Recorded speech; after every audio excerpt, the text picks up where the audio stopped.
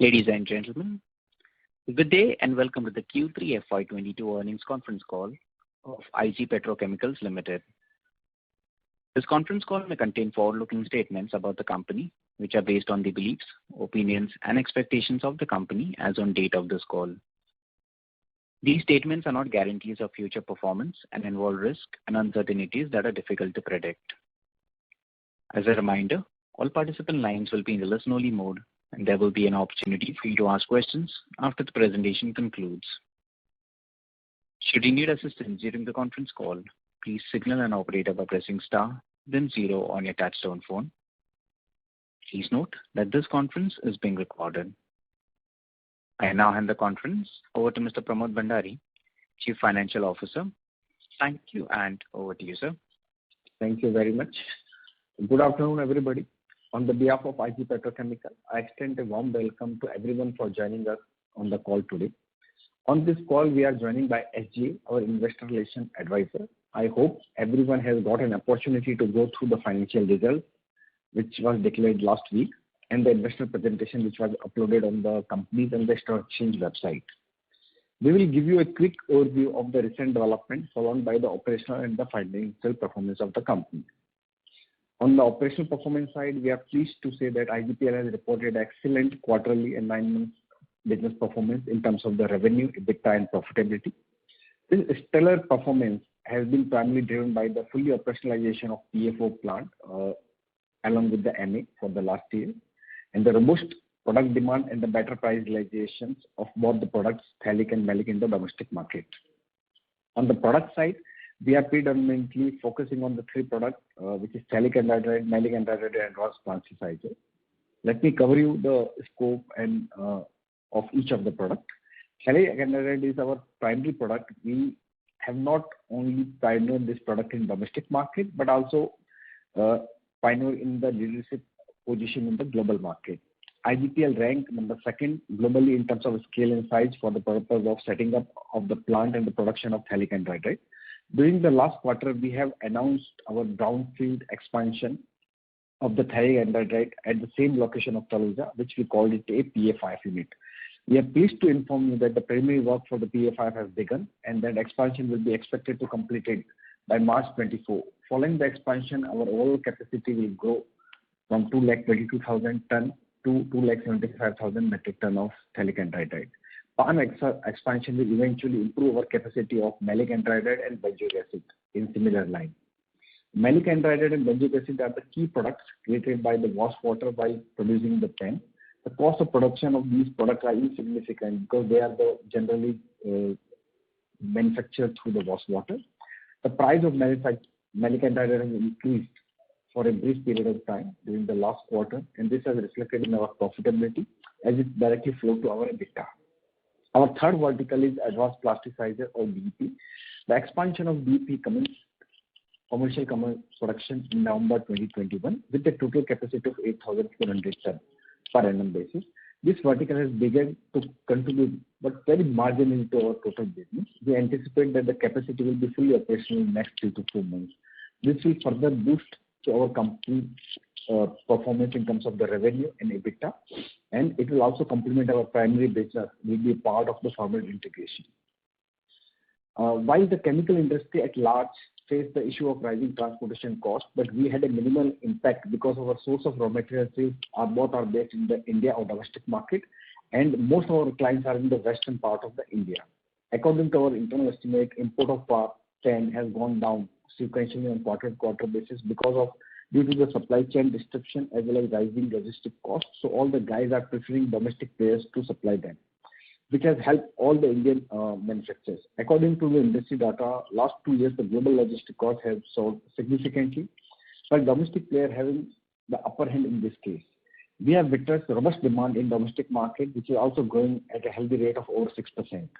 IGPL will always be a favored partner since clients always prefer a strong and capable partner which can provide seamless supply with a short period of time.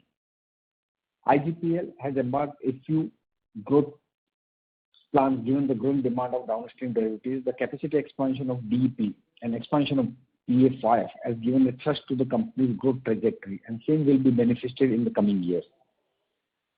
Over the mid to long term, Indian government continued to underscore the necessity of public investment in infrastructure. It broadened the scope and the concept of policies like concessional tax rate for setting up a new company at a new location, Atmanirbhar Bharat, PLI schemes, which contributed to the Indian $5 trillion growth trajectory story of the Indian economy. This structured approach provides the required momentum and generate a very conducive environment for the Indian manufacturer. The long-term growth story of India remains intact, and the same has been watched by the many global agencies like IMF and the World Bank. And we also believe in the infrastructure growth along with the growth of the economy. IGPL being the largest player in India and enjoy the cost leadership in production of phthalic anhydride driven by a highly integrated and technology-driven production facility. Our long-term goal is to become a well-diversified chemical company with a leadership position in our core business. We will diversify our business product range by expanding into various downstream derivatives and specialty chemicals to meet our vision to generate 30% revenue from non-phthalic product by 2025. We will continue to prioritize profitable growth while investing in expansion and timely execution and operational excellence. We are well positioned to maintain our growth in coming period as the revenue contribution from the advanced parts is yet to be commercialized fully. In terms of financial results for the Q3 FY22, total revenue stood at 509 crore, up by 61% on year-to-year basis. EBITDA was 114 crore, up by 18% on year-to-year basis. Operating margin at 12.4%. This increase was primarily due to the better spread, better product mix, and profit after tax stood at 74%, a growth of 18%. On 9-year performance, 9 months ended, revenue up 1,371 crore, up by 91% year-on-year basis, mainly because of the PA4 production and the robust demand of the product, as well as increase in the prices of the crude, followed by the OX and P. EBITDA is up by 91% to 298 crore. Operating margin stood at around 21.8%, and profit after tax stood at 191%. It is pertinent to note that in the last year we have made a PAT of full year FY21 190 crore, while in this 9 months we have crossed the 191 crore PAT, a growth of 115% on year-on-year basis. We are happy to share that IGPL long-term debt rating has been upgraded last year from A+ to AA- by India Rating, which is a part of Fitch India, and IGPL has become now the net debt zero company. With this, I will conclude this presentation and open the floor for further discussion or questions. Answers. Thank you. Thank you very much. We will now begin the question and answer session. Anyone who wishes to ask a question may press star and 1 on their touchtone telephone. If you wish to remove yourself from the question queue, you may press star and 2. Participants are requested to use handsets while asking a question. Ladies and gentlemen, we will wait for a moment while the question queue assembles.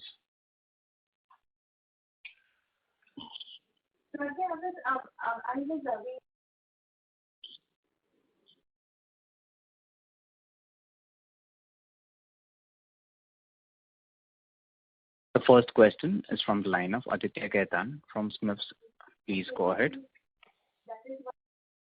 Yeah, thank you for the opportunity. Sir, my first question is on the other expense part. So if you look at the other expense in this quarter, on sequential basis, it is lower by almost 1%, like despite increasing in freight cost and many other expenses by most of the companies, your other expenses are declining as compared to growing revenue. So what is the reason for lower other expenses?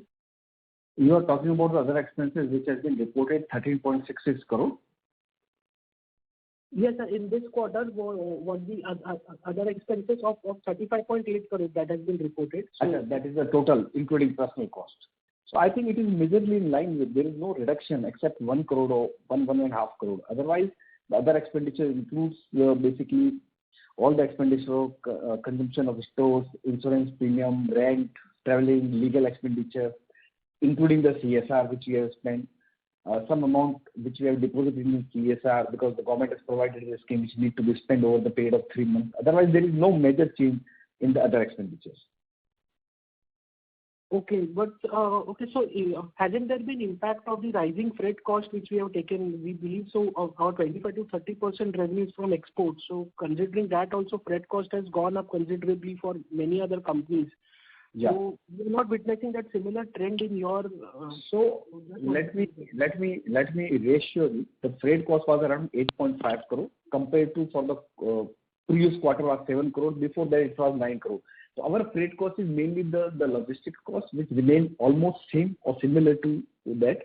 However, there is a change in the container cost, but for the purpose of sales, when we sell to a particular party, whatever is the actual freight we are realizing from that party. So we are neutral in terms of the freight to the export. And in terms of domestic also, we deliver 80% of the delivered supply. So whatever is the cost we actually incur, we recover from the party by way of sales realization. So it hardly has any impact directly on the company.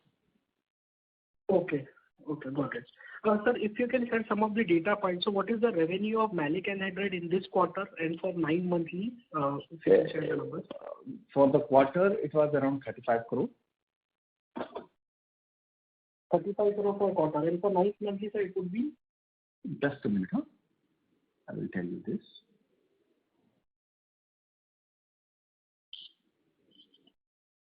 For 9 monthly, it was around 70-75 crore. 70-75 crore. Okay. Yeah, because the maleic anhydride price has increased substantially in the last quarter, which has resulted into the overall revenue jump in the maleic anhydride. Okay. So currently also, sir, we are witnessing the similar trend, so that so the rise in the prices. So is that consolidating at higher levels or? It's already started consolidating. What happened is when the crude price has gone up, accordingly the OX price has gone up and PA price has gone up. When the PA price itself is between 13 to 1400, to maleic has to be in the range of 1800 to 2000. Right now it is consolidated between that level only. Okay. Okay. And then one more question related to crude part. Now we are witnessing that crude oil prices, they are witnessing a relentless rally. Now they are above $92 a barrel. So if I compare this situation similar to around 2018 levels, so that so during that time also the crude was at similar levels. So I just want to understand how the demand dynamics would shape up. So are your customers open to negotiating the higher prices of phthalic anhydride, considering the rise in crude, so that will also follow in phthalic anhydride? Right now the demand of the phthalic anhydride in domestic market is very good, and whatever is the price changes in the crude, which is impacting the OX, accordingly that is impacted to the PA.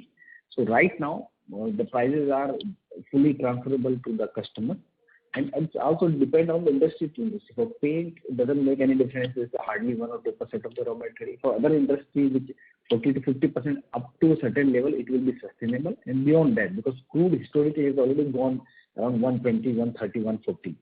Right now it is in the level of $90 per barrel, and we believe that this is the fair. It has to be between 60 to 90. And right now, whatever is the price increase happen in the case of OX, we are able to pass on to the customer in the way of PA. Okay. So, sir, just if you can, so I'll just raise the question. So what could be the level of crude? Suppose if it goes above $100 a barrel, so can we consider the demand destruction to start from that level? I think it is too premature to comment on that, because what happened is we are supplying to more than 20 industries. Maybe 50%, 60% industry will be able to take. 50% may have some resistance in terms of the demand of the final product. But having said that, right now the demand equation in India is gradually going up to 6% plus, and a lot of construction activity in terms of real estate is happening, where we need to supply our product to the paint, plasticizer, DEP, DOP, DIP, even PVC players. The demand side is not an issue, but I think crude, of course, I can't tell you today what it is the impact, because right now it remains intact. In future, it's all depend upon the crude pricing moment. We will need to see and judge how it is moving. Okay. Thank you, sir. So one more question regarding so the sequential growth of 7.6%. So how much is from volumes and realization? So I think most of the growth is 60 to 75% is on the volume, and around 20 to 30% is on the pricing. Because if you look at the margin, it remained almost same gross margin from quarter to quarter, from previous quarter to this quarter. It is the volume which has grown, and there is a better realization. because as you are aware that company has a better efficiency in terms of the yield, then what happened is if the price of the phthalic anhydride goes up, what are the advantage you are getting for the yield that is available at a higher price? And second, the prices of the malic and the benzoic acid will also go up in that line, which directly translated to EBITDA. So that has also contributed to the higher EBITDA for the quarter. Okay. Sir, just one last question. Sir, now what we had witnessed for the last 1.5 years, that phthalic anhydride prices were quite volatile as compared to orthoxylene prices. Now we are witnessing the trend wherein phthalic anhydride prices are somewhat consolidating around 85, 90, 95 rupees a kilo, but the orthoxylene prices are giving a sharp upmove considering the rise in the crude prices. So what we are witnessing that spreads on a quarterly basis are getting compressed. How are you witnessing this trend, sir? What is your? So I think there are two clear scenario emerging. Right now, whatever is the price increase in the crude and the OX, accordingly, the prices of the phthalic are changing in the domestic market.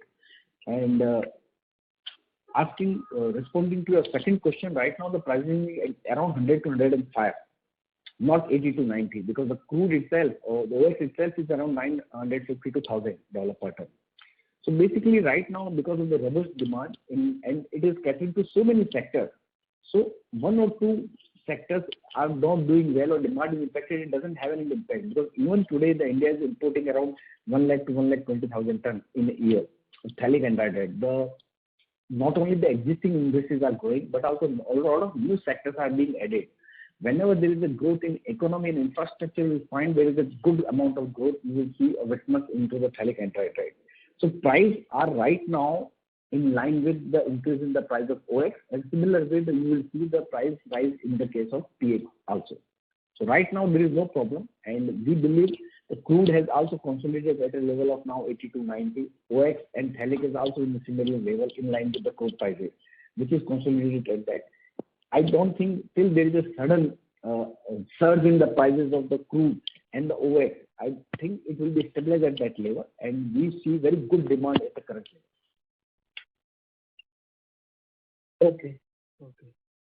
Okay, sir. Thank you, sir. That's it from me. Yeah. Thank you. Before we take the next question, a reminder to the participants. Anyone who wishes to ask a question may press star and 1 at this time. The next question is from the line of Rohit Sinha from Sunidhi Securities. Please go ahead. Yeah, hi, sir. Thank you for taking my question. Am I audible? Yeah. Yeah. So first of all, I would just like to understand what is the utilization level for our plants as of now, and when we are adding this new brownfield capacity, how much time it will take to reach up to the peak utilization level? Sorry, I'm not getting your voice. Second question. Can you repeat it again? So firstly, what is the utilization level as of now for our PAN and Malik?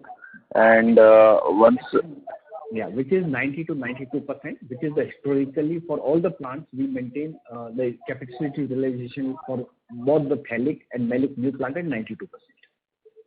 Okay. And our brownfield capacity, which is about to come in 24. So how much time it will take to reach up to again, let's say 85 to 90% kind of level? Maybe 3 to 6 months. Because generally, whenever we start, it happens in 1 or 2 months. But for the purpose of taking the precautionary measure, or for the purpose of being conservative, you can assume, because our target is to start the plant by March 24, and it may take 3 to 4 months to ramp up into that capacity level. Okay. So now, considering the number, as you have indicated that most of it is a volume growth for us in this quarter, and since already prices are much higher for all the products, so just wanted to understand how our contracts are arranged and how it is getting revised, and if at all we are going to see some price hike or impact of price hike in the coming quarter, or it will be more or less the same realization for us for the coming quarter as well. So it's very simple. In all commodity play, the quantity is fixed in the contract, price is always market linked. So whenever there is a change in the price of the crude and OX, accordingly the phthalic prices keep on changing, because it's a link with the international market price and the margin. Of course, there is some premium is there. Then there is impact of, if you compare the import parity, then freight, insurance, transportation, duty, that is there, because you charge premium because you are able to supply the product in period of 2 to 3 days or 7 days to the party. So right now we are seeing the good demand at even in the current pricing level, and we maintain that this demand will continue to maintain. And right now, your question was what is the impact? Because whenever there is a change in the OX price based on the crude price, we have able to pass on that to the customers on the phthalic anhydride prices. So that is being maintained continuously. So that is the reason we have seen the profitability growth. Of course, margin remains same, but there is a volume growth that has reflected. And at a higher price, because of your efficiency, you are able to get better advantage of your yield at a higher price, as well as you are getting the better price of your product like malic anhydride and benzoic acid. Okay. No, I mean, that is what I mean, since how much, I mean, how long it takes to take a pass on this? I mean, what is the time lag for us normally? Like 10, 1 quarter, 2 15 days. Every 15 days, there is a change in the prices of the OX, which is linked with the crude, and accordingly, we also revise in that line. Okay. And now on the demand side, as you're saying, it's demand environment is quite strong, and still import is there. A significant amount of import is there. So just wanted to understand which sectors is there which is actually getting a higher demand or traction, or it is across the industry which we are serving. So I think any particular thing to highlight? All the sectors are doing very well, but particularly the paint, plasticizers, and the PVC, they are doing extremely well. We are also supplying to a lot of specialty chemicals. I think most of the specialty chemicals also. There, of course, we have started 1 or 2 years back, but we have seen a good amount of traction and the growth, because all these companies are expanding their capacity, and they are supplying, like global market is looking China +1, and they are supplying to all the domestic players as well as international players. So when we see the growth plan and growth momentum in these sectors where we have recently added, so I think all the sectors are doing very well, but paint, plasticizers, and the PVC were doing extremely well. Okay. But I think in the paint industry, I think our contribution is much lower. So still your 15 to 20% to paint. Okay. So would it be possible just to give a ballpark number on our industry exposure? Let's say top 5 industries, like for 20%. Put together is 50%. PVC pigments are around 15 to 20%, and then balance 30% all the segments. It comes UPR, specialty chemicals, and other chemicals. Okay. And so one last question from my side, if it is possible, just to give the spread of that xylene and PEN for us as of now. Specifically in the market, it keeps on changing. Right now, it is between 150 to 250. Spread for phthalic anhydride. Okay. So 150 to 250. 150 to 250. It is ranging between for last 1 month, 1.5 months. And for the malic, whatever is the price is the realization, because for that, for us, there is no raw material purchase for the malic anhydride. Okay. That is from my side as of now. I'll come back in. Thank you. Sure. Thank you. The next question is from the line of Chirag from Budrani Wealth. Please go ahead. Yeah, good morning, sir. So just wanted to understand, so first of all, can you share the volumes? What are the volumes for Q3? Generally, we avoid giving any volume per se growth, but I can tell you 17,000 to 17,500 is the monthly volume. With 17,000 to 17,500 is the monthly volume we are operating at. Hello. Yeah, you said spreads are around $150 to $250, right? Yeah. I'm talking about volume right now. You asked the question on volume. I call. Yeah. Okay. 20,000 to 20,500 is the product level monthly basis, and the spreads are between $150 to $250. But if you recollect, you said that in Q4 that it was an extremely good quarter, and you said the profitability and the spreads are way too high. What we see is again Q4 21. That was exceptional one. Yeah. But sir, the profitability, if I'm looking, this time also you have delivered very good profitability. What I want to understand is how sustainable is this, sir? So basically, IG Petrochemical historically in 2017, 18, 19, where the other revenues from the other product was around 10 to 20 crore rupees. Today, we are having a revenue of more than 100 crore annualized on phthalic, so on malic, benzoic acid, and probably DEP will be added. Then it will be around 150 crores. So all the profits on that, plus when the crude prices goes up, then OX and the PA also goes up. Then extra yield which you are getting is also able to realize the better profitability. Right now, the margin is in the historical average of last 10 years, $150 to $250, which is the historical average for last 10 years. Is ranging in last 6 months and same level. Now, IGPL, the cost efficiency has also come into the picture because the PA4 operating cost is much less than the last 3 plants. Overall, the operating cost has gone down to around $80 to $85 compared to $100 earlier. Plus, overall revenue, now 12% of the revenue is coming from the other products, which has given a lot of stability to the earning. You will see a base is being set for the IGPL, and we are continuing to expect to perform in a similar way. So, sir, this run rate is fairly sustainable, right? Right now, I think run rate is coming around 45 to 50 crore quarterly. Of course, in some quarter, because of the better price realization, it is coming 60, 70, 75. But 50 is like base now. You're talking about profitability, right? Yeah, I'm talking about PET. Okay. So last in this business quarters, if you look at last 5 quarters, it is like 50 plus profitability. Correct. That's what I'm wondering. So you said, the when the crude rises, the spread also, orthoxylene price will move up, and correspondingly, the PEN prices move up. So that means that market generally maintains the spread. So why is it that in some quarter we saw the spreads are contracting? It's basically all.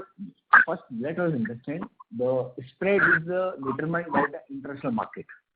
It has nothing to do with the Indian market. Spread is all the interest. It all depends upon the demand and supply. Why you are able to change the pricing based on the OX pricing? This is the function of demand and supply. If there is a good demand in the market, so whenever there is a change in the raw material pricing, you are able to pass on. When demand is impacted, then you will see there is a pressure on the margin side.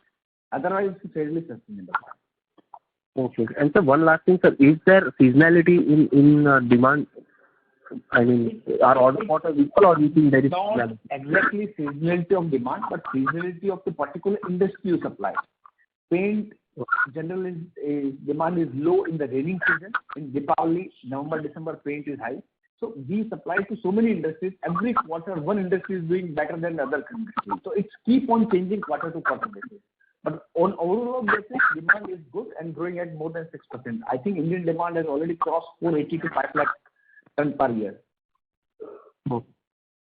And so one last thing, sir, can you give me gross debt and cash on books?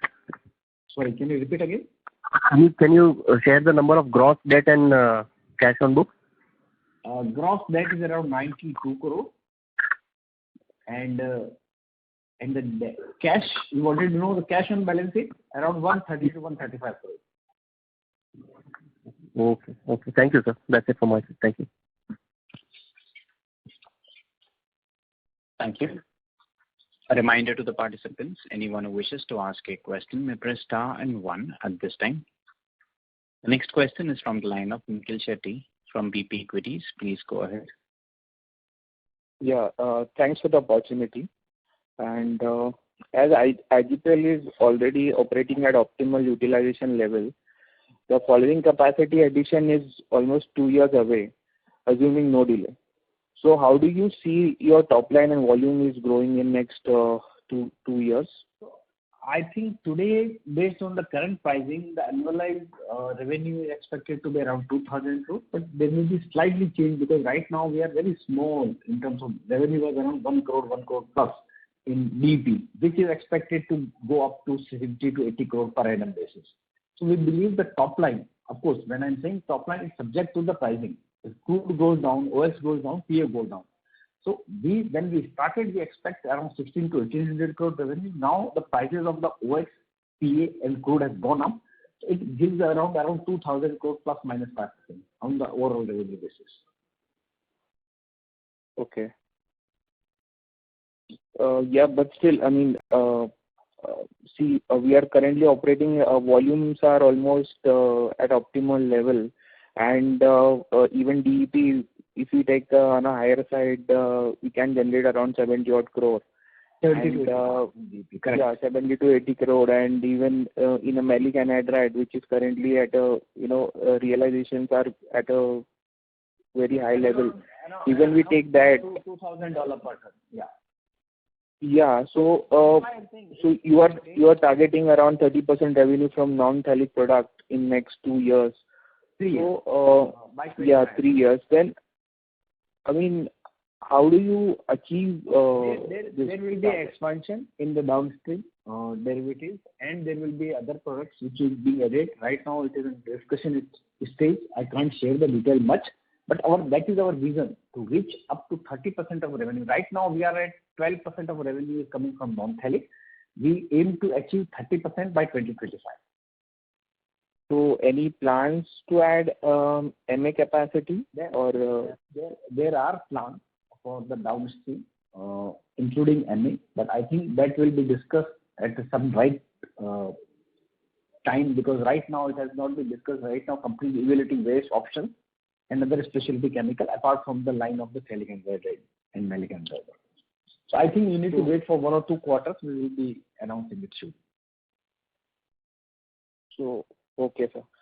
And can you give us the average maleic anhydride price in Q3? It's around, you can see $2,000 to $2,500 per ton. 2,000. Okay, and volume? Volume, generally we avoid giving it to the annualized basis is 7,500 ton which we are producing. Accordingly, you can calculate this. Okay, sir. 7 to 7,500 ton is the annualized capacity. Okay, and the pan spread was around 150 to 250 for Q3, right? Yeah. Okay. So, and one more thing, what is the current price of MA in the market? Because I believe there is a contraction from the peak. So no. So on peak, it was around $4,000, $3,500. Then it runs to $2,500. Right now, it's around $2,500. Okay. Okay. Thank you, sir. That's it from us. Sure. Thank you. The next question is from the line of Alisha Mawala from Envision Capital. Please go ahead. Hi, sir. Good afternoon, and thank you for taking my question. My question is also with respect to what the previous participant was asking, with respect to volume growth. So we are currently at peak utilization for our PAN capacity. Is that correct? Yeah. For phthalic anhydride, we are at peak. Maleic also nearby peak. Right now, not at 100% peak, but we are at 80 to 85% in maleic. And DEP, we have just started. The contribution of DEP for the last quarter was only 1 crore. So that you will see addition of around annualized basis 70 to 80 crore in the DEP in revenue. Sure. And is there scope for further brownfield expansion at our current capacity after PA5? Yes. So we are adding the PA5 at our existing location only, which will add our capacity of phthalic anhydride by 53,000 ton and 2,500 or 2,600 ton of maleic. Right now, the capacity of maleic is around 7,500, which will increase to 10,000 ton. Sure. And this capex of 350 crores we're aiming to do, this will be from internal accruals only?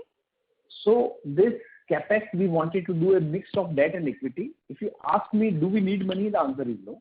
We don't need money because we right now have around 135 to 150 crore. When I'm talking, it's 150 crore cash in the balance sheet, and we are generating around 200 to 250 crore every year. So fairly, if no expansion, company will have 300 to 400 crore cash. Having said that, we wanted to keep the cash with us and wanted to use 30 to 35% of cash of overall project cost, and we wanted to tie up with the debt which is available at a very cheap cost for a company like IG, which is rated AA minus. So we wanted to take that advantage and wanted to use that cash for the purpose of future expansion project into the other streams. So that will be used as an equity. Money will be lying in the balance sheet, but we will not be using that money right now for the purpose of Thalik. So we may be using around 100 crore for Thalik, 125 crore.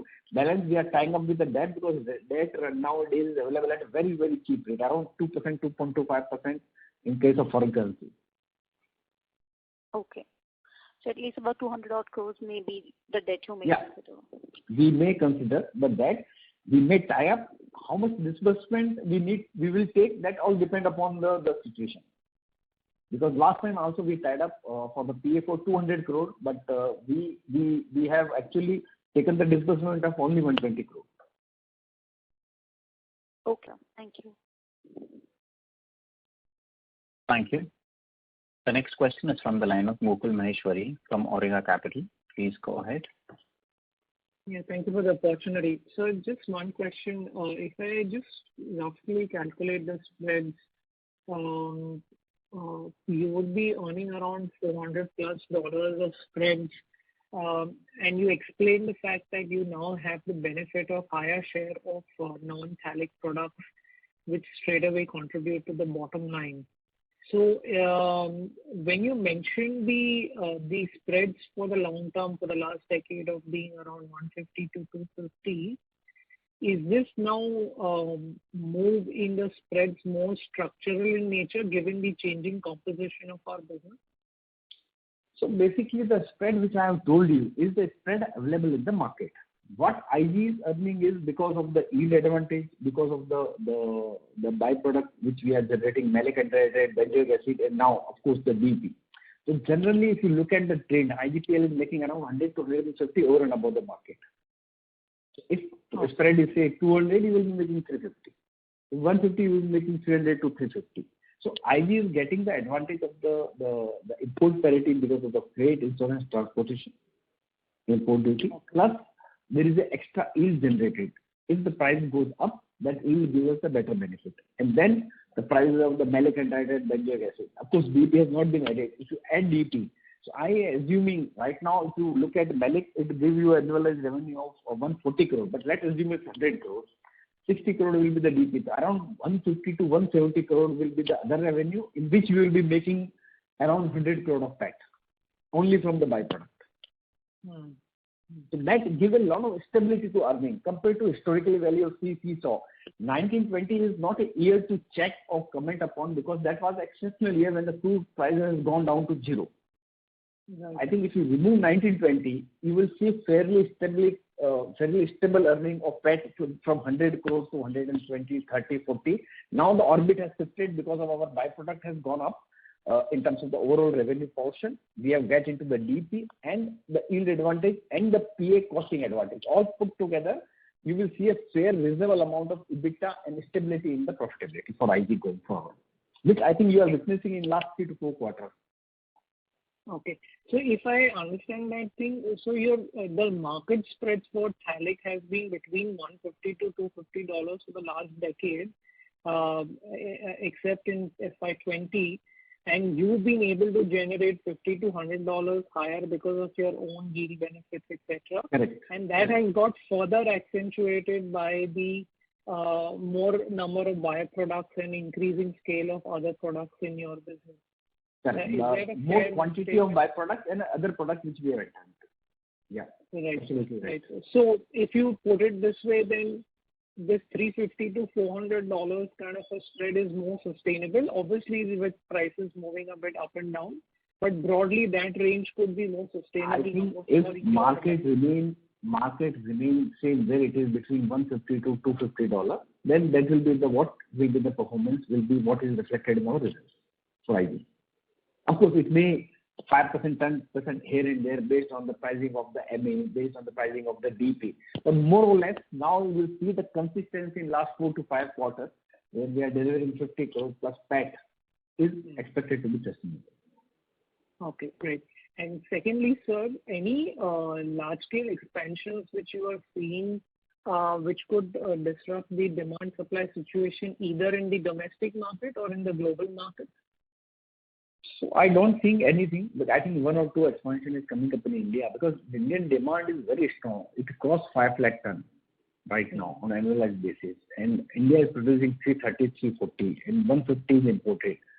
Even the new expansion is coming in 2 to 3 years. The deficit will be 2 lakh ton. Somebody is setting up 1 lakh ton. I think so long as Indian economy continue to grow at a healthy level, infrastructure growth is directly connected with the economy. There will be a good demand going forward. I assume, of course, it's my personal view, that it will touch 1 million ton by 2030. Phthalic demand. Right now, this is 1/3 of that. Because if India continue to grow, and major thrust will be on infrastructure, growth is expected to come majorly from the infrastructure development.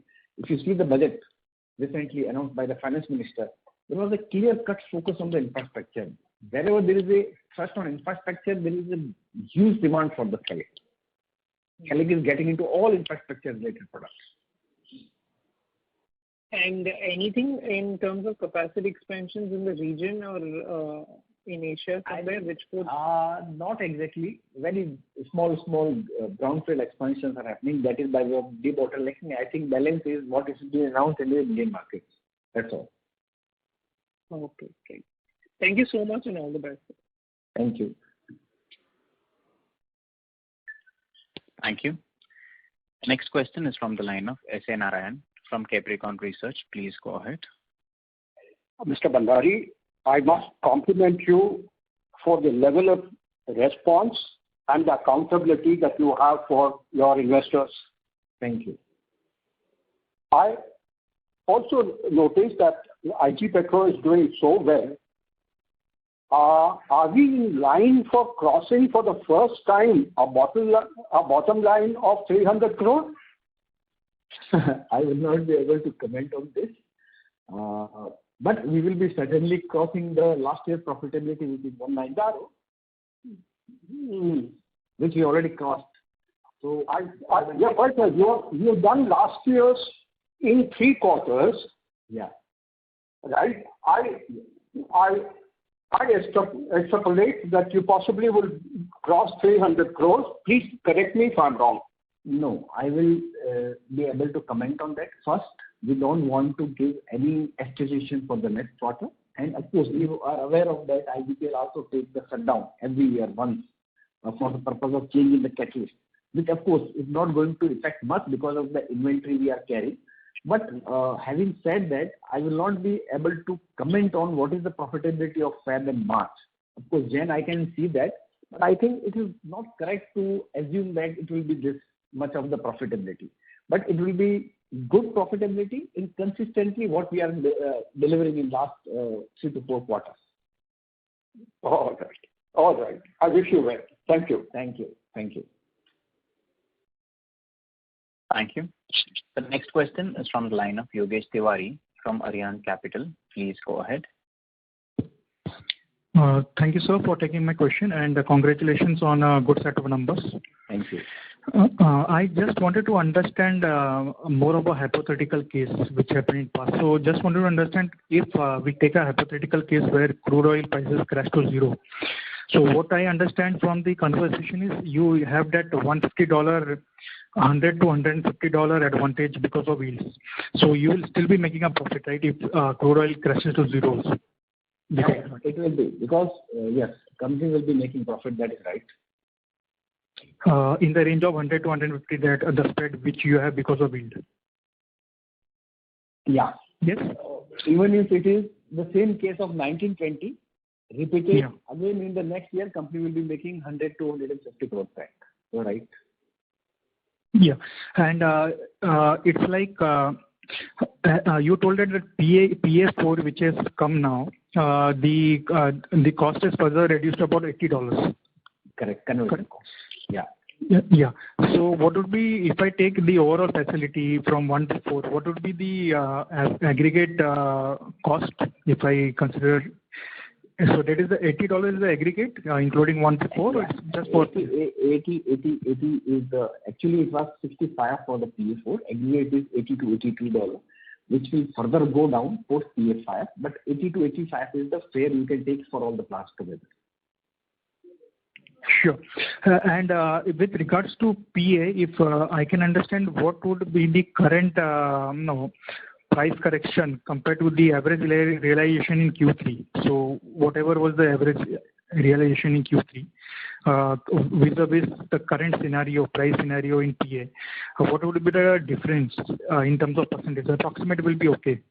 No, I'm not understanding the question. Can you repeat? Because EBITDA margin for the Q3 was 22% compared to the 21.8% for the Q2. If you compare the corresponding previous quarter, because Q3 FY21 the margin was 30%, but here the volume was high. In spite of reduction in the overall EBITDA margin, you have seen the better profitability. So again, I am repeating the question. When you say that when the crude is zero, crude zero doesn't make any difference. Ultimately, the margin between the PA and the OX is relevant. If the margin between OX and PA come down to a level of around equivalent to conversion cost, still company will be making the profitability which we have indicated. Oh, okay, got it. And just to rephrase my question, if X is the, for example, if X is the realization of average realization of PA in the third quarter, what would be that realization currently in the 1 month in the fourth quarter? What would be the difference in percentage approximately? So it is not possible to give the percentage because right now the crude prices is up, phthalic prices is also up. Of course, we have taken the shutdown for the purpose of change in the one of the unit catalyst. So margin right now is in a similar range. However, you need to see what is the effect in Feb and March. Demand is good. We are able to sell because earlier we had some inventory of around 7,500 tons. Today it has gone down to around 2,000 tons. So basically demand is good, margin is good. It's all dependent upon what is the situation in the next quarter. So I will not be able to predict what is going to be the profitability. One more gentleman has asked that question. I think it is not fair to assume and look the performance of the company quarter to quarter basis. It doesn't make any difference. Of course, when we are talking about long term, let's look at the average for the 1 or 2 years. Because one good or bad year is not determining the performance of the company. What is consistent? Like if you see the last 4 quarter, companies giving 50 crore plus back. How it is sustainable? It's sustainable because of the efficiency in the yield system, efficiency in the operating cost, and byproduct are generating good revenue. And that is expected to be continued. It may be same or it may be higher than that, it may be lower than that, but still company is maintaining the similar type of profitability. That's all.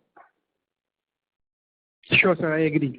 And lastly, one question, like earlier you said that you are looking at debt because of the low cost of debt currently.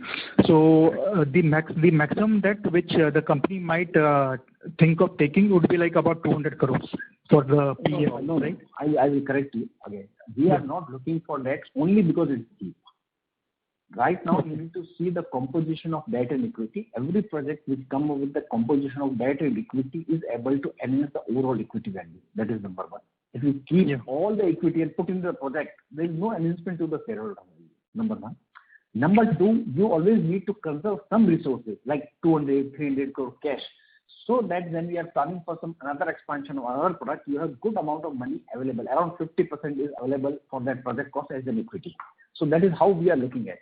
Ultimately, when we are planning to expand our capacity in various streams, we wanted to be very sure that whenever this expansion in next 1 or 2 years, we again become net debt zero company. We are, if you can say that we are conservative and we wanted to remain conservative. We don't want to raise unnecessary debt. We wanted to tie up with the debt. However, based on the requirement, we draw the money. Last time we have tied up 200 crore. We have taken the drawal of 150 crore and within 1 month of start of project we prepay 35 crore. So this is how we look at that. We at any point of time, once we complete our expansion in next 1 to 2 years, we again wanted to become net debt zero company. Okay. So if I look at PA5, the cost would be about 350 crores for adding that PA5. Correct. Correct. So 350, you already have 150 approximate crores in cash. You generate about 200 crores. So you already have 350 crores, which you can do from internal accruals. But you would like to conserve 50% of it. So approximately, it will be like if you conserve 50%, you will take a debt of about 150, 175 crores, which will repay in about 2 years. Suppose you have taken a 175 crore debt and you have 250 crore cash in the balance sheet. There is no problem. If you are net debt. Okay. Okay. Yeah, sure. Whatever cash you keep in the balance sheet and take the debt, because you can deploy the cash flow to generate the better return. Right? That is available at a very, very cheap rate today. Yeah, sure. Yeah, thanks. That's all from myself. Thank you, sir. It always makes sense to conserve the money and keep the money as an investment in liquid, so that if there is any opportunity, you are able to use that money available in the company. Thank you. Yeah, thank you very much. Thank you. The next question is from the line of Aditya Khetan from Smiths. Please go ahead. Sir, thank you for the follow-up. So my question was on the DEP revenue for this quarter. So how much is the revenue? 1.1 crore. 1.1 crore. Yeah. Okay. So sir, on that basis, if I calculate the average realization of PAN in this quarter comes to around 85 rupees a kilo, whereas the current prices you are talking of, that is around 105 rupees a kilo. So how do you see the current top line? Because quarter ended in December, the crude prices has gone up in January, OX prices has gone up in January, and PA prices also gone up in January. Correct, right now it is $100 rupees plus for the phthalic anhydride. Correct, sir. So that's what I was talking. So what is the so what would be the revenue forecast like for the next quarter, considering 507 crore is on 85 rupees per kilo? I think it's better to remain in the same range rather than, because there is some maybe slight impact of the change in the catalyst also. So it's better to take, we are being in the same range of 450 to 500. That is what expected based on the today's pricing. Okay. Okay. And sir, the spread also, like for the quarter is around 30 rupees a kilo, considering your spreads only particular, not talking about the general spread. I can't predict the spread for the next quarter, but of course you are right for the purpose of this quarter. But next quarter, let's wait and watch. We are again going to have a call, and next time on the call we have Mr. Nikunj Dhanuka MD, because we have decided every quarter we'll take the call, and the yearly call Mr. Dhanuka will also be there on the call. Okay. Okay. So let's wait for that. That will be somewhere in May, post our review.